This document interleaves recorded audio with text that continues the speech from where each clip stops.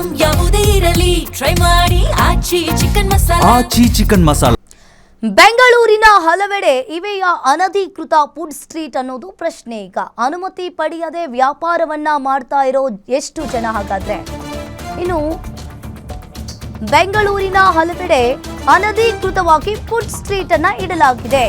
ಅನುಮತಿಯನ್ನ ಪಡ್ಕೊಳ್ಳಾರ್ದೆ ವ್ಯಾಪಾರವನ್ನ ಮಾಡ್ತಾ ಇರೋರು ಹಾಗಾದ್ರೆ ಎಷ್ಟು ಜನ? ವಿಜಯನಗರದ ಫುಡ್ ಸ್ಟ್ರೀಟ್ ವಿರುದ್ಧ ಲೋಕಾಯುಕ್ತಕ್ಕೆ ದೂರು ದಾಖಲಾಗಿದೆ. ವಿಜಯನಗರ ನಿವಾಸಿ ಬಿಎಚ್ ವೀರೇಶ್ ಎಂಬುವವರಿಂದ ದೂರು ದಾಖಲಾಗಿದೆ. ಇನ್ನು ನಿಯಮ ಬಾಹಿರವಾಗಿ ವ್ಯಾಪಾರ ಮಾಡ್ತಾ ಇರುವವರ ವಿರುದ್ಧ ಕ್ರಮಕ್ಕೆ ಒತ್ತಾಯ ಇಲ್ಲಿ ಕೇಳಿ ಬಂದಿದೆ. ವಿಜಯನಗರದ 17 ಮತ್ತು 18ನೇ ಕ್ರಾಸ್ ನಡುವೆ ಇರುವ ಫುಡ್ ಸ್ಟ್ರೀಟ್ ಗೃಹ ಬಳಕೆ ಸಿಲಿಂಡರ್ ಅನ್ನ ಬಳಸಿ ಆಹಾರವನ್ನ ತಯಾರಿಸಿ ವ್ಯಾಪಾರದ ಆರೋಪ ಇಲ್ಲಿ ಕೇಳಿ ಬಂದಿದೆ. ಆಹಾರ ಇಲಾಖೆಯ ನಿಯಮಗಳು ಮತ್ತು ಸುರಕ್ಷತಾ ಕ್ರಮ ಉಲ್ಲಂಘನೆ ಮಾಡಿರುವ ಆರೋಪ ಇಲ್ಲಿ ಕೇಳಿ ಬಂದಿರುವಂತದ್ದು. ಫುಡ್ ಸ್ಟ್ರೀಟ್ ನಲ್ಲಿ 17 ಜನರಿಗೆ ಮಾತ್ರ ಅವಕಾಶವನ್ನ ನೀಡಿದ ಆಹಾರ ಇಲಾಖೆ, ಆದರೆ ಆ ವಿಜಯನಗರ ಫುಡ್ ಸ್ಟ್ರೀಟ್ ನಲ್ಲಿ 50ಕ್ಕೂ ಹೆಚ್ಚು ಮಾರಾಟಗಾರರಿಂದ ಅನುಮತಿ ಪಡೆಯದೆ ವ್ಯಾಪಾರವನ್ನ ಮಾಡ್ತಾ ಇದ್ದಾರೆ. ಹಾಗಾದ್ರೆ ಇಲ್ಲಿ ಪರವಾನಗಿ ಮುಗಿದ್ರೂ ಕೂಡ 17 ಜನ ಕೂಡ ರಿನಿವಲ್ ಮಾಡಿಕೊಂಡಿಲ್ಲ. ಅವಧಿ ಮುಗಿದಿದ್ರೂ ಕೂಡ ಪರಿಶೀಲಿಸದೆ ಅಧಿಕಾರಿಗಳ ನಿರ್ಲಕ್ಷ್ಯ ಆರೋಪ ಇಲ್ಲಿ ಕೇಳಿ ಬಂದಿದೆ.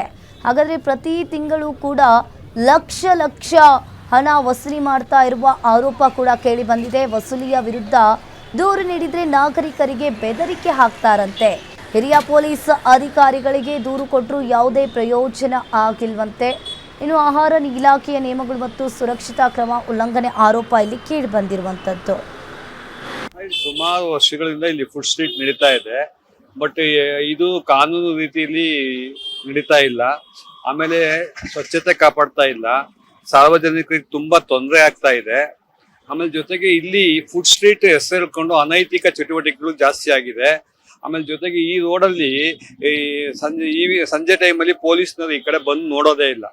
ಅವ್ರೇನಾದ್ರು ಫೋನ್ ಮಾಡಿದ್ರೆ ಸರ್ ನನಗೆ ಮೇಲಾಧಿಕಾರಿಗಳಿಂದ ಇದಿದೆ ಅದಿದೆ ಅಂತ ರೀಸನ್ ಹೇಳ್ತಾರೆ. ಆರೋಗ್ಯ ಇಲಾಖೆಯವರಾಗ್ಲಿ ಅಥವಾ BBMP ಅವರಾಗ್ಲಿ ಪೊಲೀಸ್ನವರಾಗ್ಲಿ ಯಾವುದೇ ರೀತಿ ಲೈಸೆನ್ಸ್ ಕೊಟ್ಟಿರೋದಿಲ್ಲ. ಇಲ್ಲಿ ಏನಾಗ್ತಿದೆ ಅಂದ್ರೆ ಗ್ಯಾಸ್ ಸಿಲಿಂಡರ್ ಇಟ್ಕೊಂಡು ಇಲ್ಲೇ ಬೇಯಿಸ್ತಾರೆ. ಅದು ಯಾವುದೇ ರೀತಿ ಬೆಂಗಳೂರಲ್ಲಿ ಮಾತ್ರ ಒಂದು ನಮ್ಮದು ಯಾವುದು ಮೇಂಟೈನ್ ಮಾಡ್ತಾ ಇಲ್ಲ, ಕ್ಲೀನ್ನೆಸ್ ಮೇಂಟೈನ್ ಮಾಡ್ತಾ ಇಲ್ಲ. ಅಲ್ಲಿ ಅವಾಗ ಬಿಸಾಕ್ಬಿಟ್ಟು ಹೋಗ್ತಾರೆ ಜನ, ಏನೋ ಮಾಡ್ತಾರೆ. ಫುಡ್ ಸ್ಟ್ರೀಟ್ ಇದ್ರೆ ಸ್ವಲ್ಪ ಚೆನ್ನಾಗಿ ಮೇಂಟೈನ್ ಮಾಡ್ಕೋಬೇಕು. ಅದು ಒಂದು ನಮ್ಮ ಸಮಸ್ಯೆ. ಎರಡನೇ ಸಮಸ್ಯೆ ಏನಂದ್ರೆ ಟ್ರಾಫಿಕ್ಕು. ಈಗ ಬೆಳಗ್ಗೆ ಬರ್ತಾರೆ ಹೋಗ್ತಾರೆ ಎಲ್ಲ ಕ್ಲಿಯರ್ ಆಗಿದೆ. ಈಗ ರೋಡ್ ನೋಡಿದ್ರೆ ಸಂಜೆ ಬಂದ್ರೆ ನಡ್ಕೊಂಡು ಹೋಗಾಗಲ್ಲ.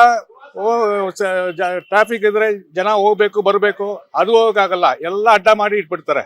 ಅದೇ ಈಗ ಒಂದು ಸ್ಪೇಸ್ ಒಂದು ಅಲಾಟ್ ಮಾಡ್ಕೊಂಡು ಕರೆಕ್ಟಾಗಿ ಮಾಡ್ಲಿ. ಅದು